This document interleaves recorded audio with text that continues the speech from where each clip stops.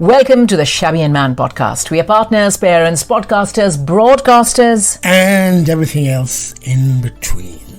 Now, today's episode is going to be a bit about history. We are going to appreciate the history of the city we live in, the place we live in, our neighborhood. The little neighborhood we live in. And pray tell us, why are we talking about this? Because last week I went to a rather historic event. Now, we've mentioned this many times before. Our older son goes to a school which is 450 years old. They are celebrating... This month? This month. They're celebrating their 450th anniversary of being granted a royal charter in 1573. And there was a special book release because... Is it also Westminister Abbey? They're doing a little thing in Westminister Abbey this month? They are indeed. Because the founder of the school... Because? The founder, like Scooby-Doo. Yeah, the founder of the school, the Duke of Leicester, or the Earl of Leicester, I'm not quite sure. He is buried in Westminster Abbey, by the way, because he happens to be among those distinguished people who are buried alongside monarchs and prime ministers, and the chosen few, by the way. So he's one of them. He's the founder of the school. So anyway, I digress. I was at his school and there's a very special book launch because one of their former headmasters has written a book on the 450-year history of the school. So that's why, we've been delving into history. We've been thinking about where we live, which is Barnet, which is North London, for those who don't know. And actually, you keep reminding me that it is a very historic place to live in, right? It is indeed. You can turn the volume down in your headphones if you find my voice too loud. What headphones? It's just a phone. Yeah, okay. Tell us then. Pray tell us. What is so impressive about Barnet's history? Well, no, not the market we go to. It says established 1199. Yeah. That is old. I think it was called Barnet Fair. It was where they used to trade horses and cattle. But I'm not talking about the history of Barnet. I'm talking about the fact that you said, oh, I wish I had studied here. There's so much history. Yeah. That got me thinking that, the pub we go to, that was established in 1663. So that's a long time ago, And that's what, is that Charles II? Which is quite ironic because now we've got Charles III. Yeah. So that's the reign of Charles II. And that pub was famous, it's still around, and it's famous for Dick Turpin, the highwayman, but that doesn't really count because every second pub says Dick Turpin stopped here. Would you care to give us the name of the pub, or are you deliberately trying to keep it a secret so that people don't know where you eat and drink? No, it's called the Old Mitre, or as you would say, Mitra. Yeah, Old Mitre Inn. The Old Mitre Inn. Yeah. And it's just on a high street. Yes. And it is pretty old. And I tell you who used to sit there. Samuel Johnson. You know Samuel Johnson? Samuel Johnson. Okay, remind me, what did he write? He wrote many things, but he's probably most famous for writing the dictionary. Oh, Have you ever seen Blackadder, where Robbie Coltrane plays Samuel Johnson? Yeah. Now I remember. Yeah. Huh. So he used to sit there, And it said Dick Turpin used to visit there. But when you think of Dick Turpin, I think of a place near my mum and dad's house, a pub there, called the Spaniards Inn, which is where Dick Turpin, they say, was born. And someone I remember now. Bram Stoker, who wrote Dracula, he used to drink there, and I think he was inspired and he wrote Dracula there. But there's certain pubs that you and me know which are very historic, which you love, because you're quite an English buff. Yes. And you know what I'm talking about. In Highgate, not too far from us, is the Flask. Yeah. Which I remember you always say, oh wow, because Coleridge, Keats, Shelley, and who's the other Byron. one? And Byron. Yeah. And who wrote Coleridge wrote The Rime of the Ancient Mariner. Yes. So they all used to sit there. You used to do a tour of Highgate and Hampstead, didn't you? I did. Actually, that's one way I found out about the rich history of Barnet. For those who don't know, it is in the north of London, like I said.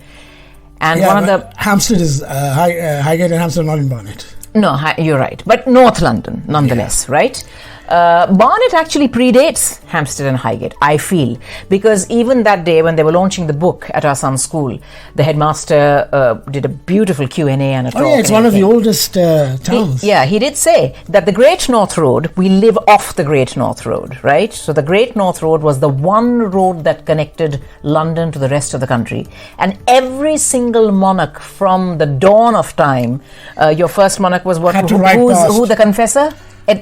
It was Confessor, but I think it was William the Conqueror. Oh yeah, William the Conqueror and all your earlier ones. Every single monarch who ruled this land and had to make their way up and down the country would use the Great North Road, which we live off now.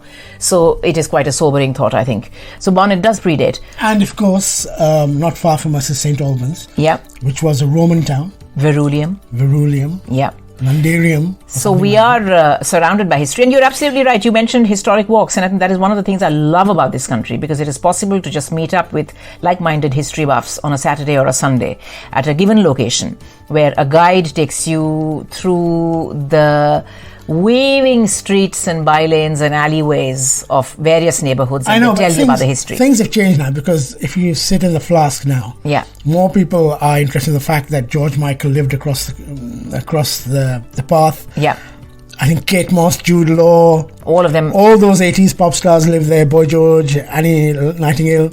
Annie Lennox. Annie Nightingale is a DJ, by the way. And even, when I was obsessed with Benedict Cumberbatch when he played Sherlock a good 10 years ago now. Now he lives in America, of course, in Hollywood. But when he's a Londoner, and when he did, apparently he was seen at the Flask many, many times. Colin Firth. So these very English, Judi Dench didn't live far from the Flask either. So that is one of my favorite things to do actually in this city, which is go on a historical walk, because they take you down these streets. And I think the best thing about London is, but by the way, completely digressing but still keeping to the topic, which is history. Do you know why so many distinguished people happen to be from the north of London?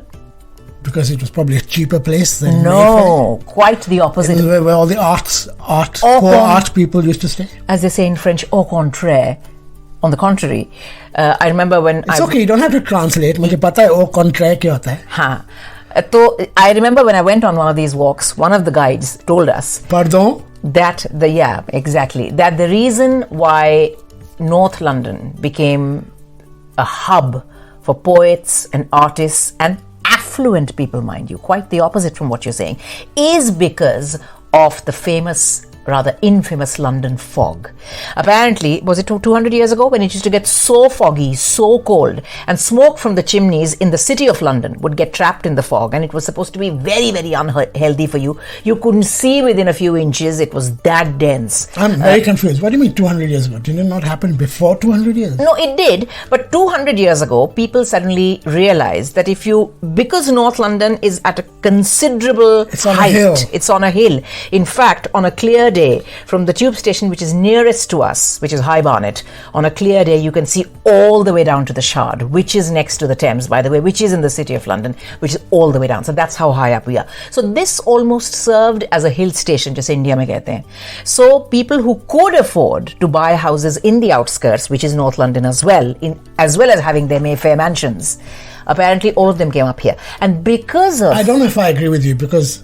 What do you mean agree with you? I'm giving you a fact. I'm not saying this is what they should have done. This is what they did. 200-300 years ago, ये गांव था. हाँ, तो गांव में आते थे, गांव में आके रहते थे. And they said that because of Hampstead Heath, apparently the water that runs down through the heath is supposed to have some, again, I don't know whether it's hearsay or whether it's been proven, that it has some medicinal properties, and that's why people who had gout and this and that, just in the same way that many people were asked to go and live by the sea. This go to Brighton, right? Margate. A lot of people moved up here because this is where they could escape the fog and the terrible consequences of living in that smoky, horrible, dense, polluted city, heart of the city.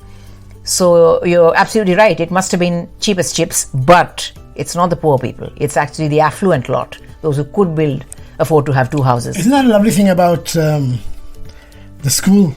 The arcade school, that you said that it was Harrow and this school that started it all. So they had a fantastic debate. Somebody asked in the Q&A session that considering Harrow boys also started more or less the same time, and how different the two trajectories have been, the way the two schools have evolved over the last 450 years.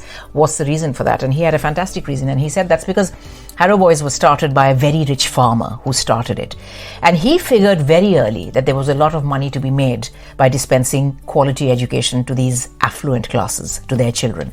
So he said, right, I'm going to build this very exclusive school. Your boys are going to come and live in a boarding school. They're going to be taught religion and Latin and maths and everything that the gentry, rather even the not just the gentry, the, what do you call them? Royalty, the nobility. Thank you very much. Even the nobility, all that kind of, French, and you'd be taught all of that.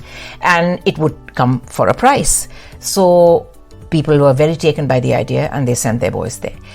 This school, our son's school, apparently was always for the middling families, as they're called. And they say that middling families are those who were not exactly a part of the nobility, but affluent enough, not exactly poor, and absolute the lowest strata, but not far from them. Oh, you so mean the middle class. In the middle. Absolutely the middle class. And he said that bear in mind another fact, that this school, our son's school, has always, almost always, even before the concept was widely circulated amongst those who sent their kids to school, it has always been a meritocracy.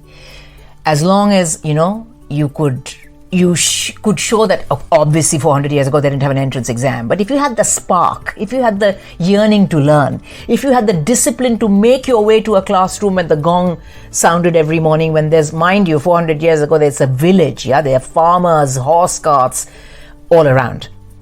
If you had that discipline to be able to bring yourself to class and to learn, then you would be encouraged and you would be actually given many facilities. And another interesting thing he said, 450 years ago, maybe even up until 200 years ago, our kids go to school for what? 6 hours? What is a normal school day? 7 hours? Something like that, no? From 9 to 4, 9 to 3. 9 to 3:30. Yeah? So that's... And a 1 hour, 1.5 hours. No, but the entire school... Yeah. Those days, children used to go to school for twice the duration. So you were at school for nearly 12, 13 hours a day. So very interesting. It is absolutely fascinating how I can't wait to read the book, how he underlined the history of the school within the context of the history of England and the history of Barnet. Well, 1573 is like what Shakespeare had just... Shakespeare was an up-and-coming writer. I don't think he had made it by then. Elizabeth I was obviously the monarch. Shakespeare was the up-and-coming writer. Just to put it in the context of world history, I come from India, and in India, that would have been the period of the Mughal Empire with Akbar. Babur, Humayun, Akbar, the third. It was I remember the sequence, Babur, Humayun, Akbar, Jahangir, Shah Jahan, Aurangzeb. See, ab tak mujhe yaad hai. So Akbar was the third Mughal emperor, and he would have been on the throne at the time. Again, impressively enough, though it has nothing to do with the history of England, Akbar is considered, out of the 6 main Mughal emperors, Akbar is considered the most educated, the most liberal, the one who sent his children to various corners of the world for them to imbibe tenets of Buddhism and this and that, and come back and assimilate that into Islam. And he started Deen-e-Ilahi. Again, I'm talking completely from memory. We didn't know we'd be going down this path, otherwise I would have researched it. He started Deen-e-Ilahi, which was the religion of the masses, which apparently integrated tenets of Hinduism and Islam. And 1573 is probably what, 100, 150, 200 years before Christopher Columbus discovered America. Absolutely. America as we know it was 200 years away from discovery then. So this does send a shiver down your spine. And at that day, on the day of the book launch, they went into the school vault and brought out what is possibly their most precious thing, which is the actual seal of Elizabeth I, which was given to them 450 years ago. And there were pamphlets, and we could look into various archival material, and there's one place where it said that every monarch since the dawn of time in this country has had a seal, right? Which is what tells you that this is an official document with royal patronage. Queen Elizabeth I was on the throne for so long that she was the only one, although our Elizabeth II kind of had a longer reign, right? Or did she not? Queen Victoria had a longer reign. Okay. But the longest is Queen Elizabeth But Elizabeth apparently had it for so long that the seal was destroyed and it had to be recast. Normally every monarch gets through the seal, you have to make it just once, And you know what it is? It is actually a physical thing, which is then replicated, and then you get obviously little replicas of it which go on. Earlier just chittiyon par letter pe wo you put a bit of wax and then put that. All that is later.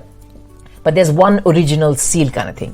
So anybody who gets royal patronage would be given a seal, which is massively heavy, and this is, to think that you on the other side of the glass is something which was made 450 years ago is amazing.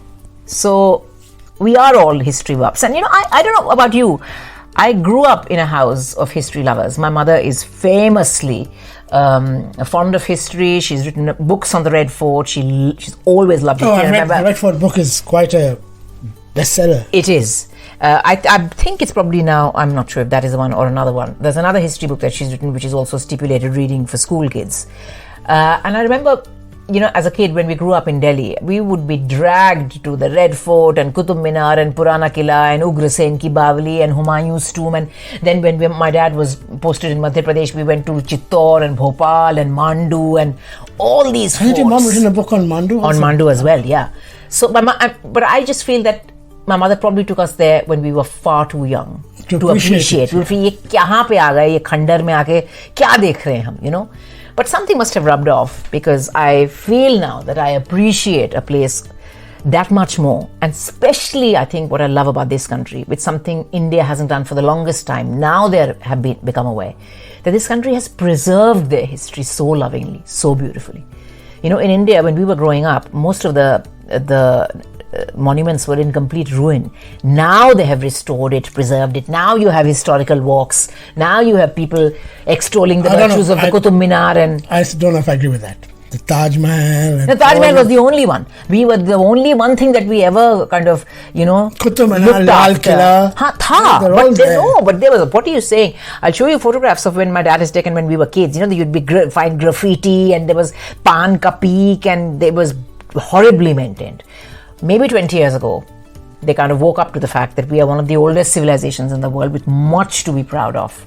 And that historical restoration, I think, preserving your past is one way of your future generations taking pride in their heritage, in their roots, right? Now, I told you that the Flask, the pub in Highgate, was where... Funny you should keep coming back to pubs. Keats, Byron... There's a link. I'm trying to do a DJ link here. Oh, okay. Where Keats, Byron... Shelley and Samuel Coleridge.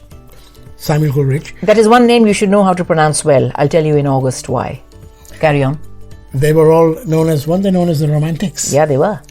And did you not watch something on Netflix called The Romantics? I did indeed. Nothing to do with Byron Shelley and Keats though. This is to do with the Byron Shelley and Keats of Bollywood. Rather one man in particular who was known for his romantic films, Yash Chopra. And this is a documentary, a 4-part documentary on Netflix titled The Romantics. So I watched it while you were away. And 4 parts, 40 minutes each. I don't think it's my thing. I like to watch that kind of stuff. I know people have been raving about it ever since it started streaming 2 weeks ago. I'm 2 weeks late to the party. Nonetheless, I watched it because it has something to do with my profession as well.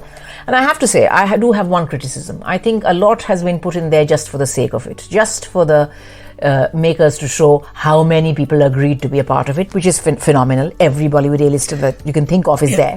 I'm not watching it because I don't like to watch things which are made with the official blessing of... That's true. The people. But I'll tell you why. Films have made it, haven't they? But I'll tell you why it's a riveting watch. Only because Yash Chopra's son, Aditya Chopra, who's famously a recluse, who's never done an interview probably in his life, has actually done an extensive, maybe 1 hour, 1.5 hour interview. This is the first time. So, so I felt that 4 episodes could have been whittled down to 2. They could have had 1 episode on the people who've been in Yash Chopra films, talking about Yash Chopra. That would have made sense. And 1 exclusively on Adi and Uday Chopra and their mother, Pam Chopra. But it was, for that reason alone, it was riveting. For Aditya Chopra, because, if you're a recluse, then everybody has a different image of this man. And most people think of him as extremely arrogant. That, he thinks that, he is who he is. He doesn't even care to acknowledge the press or doesn't give them the time of day. So obviously you would assume that it's somebody who has a massive ego, which he probably does. But he comes across as the nicest guy. And he is literally, when they say Bollywood is the blood that runs in his veins, he is that man. So I think you should watch episode 3 and 4. This week to watch his wife's movie. I am, as a protest, I may or may not watch that because I don't like Bangla Hindi. But yes. What do you mean you don't like a Bangla Hindi? Explain what this means. No, because we'll talk about that when the movie is out. So I'm talking about Mrs. Chatterjee versus Norway. Rani Mukherjee plays Mrs. Chatterjee, and in the trailer, she talks Bengali with a Hindi accent. And you went to see, is it Hallelujah? Hallelujah, yes. That was a riveting watch. That was really, really good. Richard Eyre It's a Alan Bennett play. Richard Eyre used to be the head of the National Theatre. Yeah. Is it Richard Eyre or Richard Eyre? It's Eyre. I'm never quite sure. Tomato. वही है. Alan Bennett play. And it is set in a Yorkshire hospital which is closing down because they don't have enough funds. And it is set in the geriatric ward where very old people go. It's a very, very touching story. And there's a fiendish twist at the end, by the way. And only if I'm not giving away the end, obviously, because the film's not out yet. But only if you've seen the film you will look at the poster with even more interest, and you'll understand the significance of the poster once you've seen the film. It's an Alan Bennett play, isn't it? Yeah, so most people will probably know the story. But there is a twist in the end. That was phenomenal. I'll be talking to Ballygill as well. Ballygill plays the only Indian doctor in that Yorkshire hospital, Dr. Valentine. I'll be chit-chatting with him, so that'll be interesting. And so it's been a very busy week. So this has been like a history history podcasts are so popular. Yeah, I know. So we can pretend we did a history podcast as well. I know. So then one day we can do a true crime one. Cute. Considering the number of crime dramas you watch on TV and Netflix and here and there, I'm sure you are quite a specialist. So that's it. On that historic note, we shall take your leave and see you again next week. No, the week after. And how do people contact us, or what do they? We are on social media. Please find us. Shabby and Man is our handle on Instagram, Twitter, Facebook, etc., etc. Man is the one who handles it. And Shabby and Man say bye-bye. We do. Till next time, bye-bye now.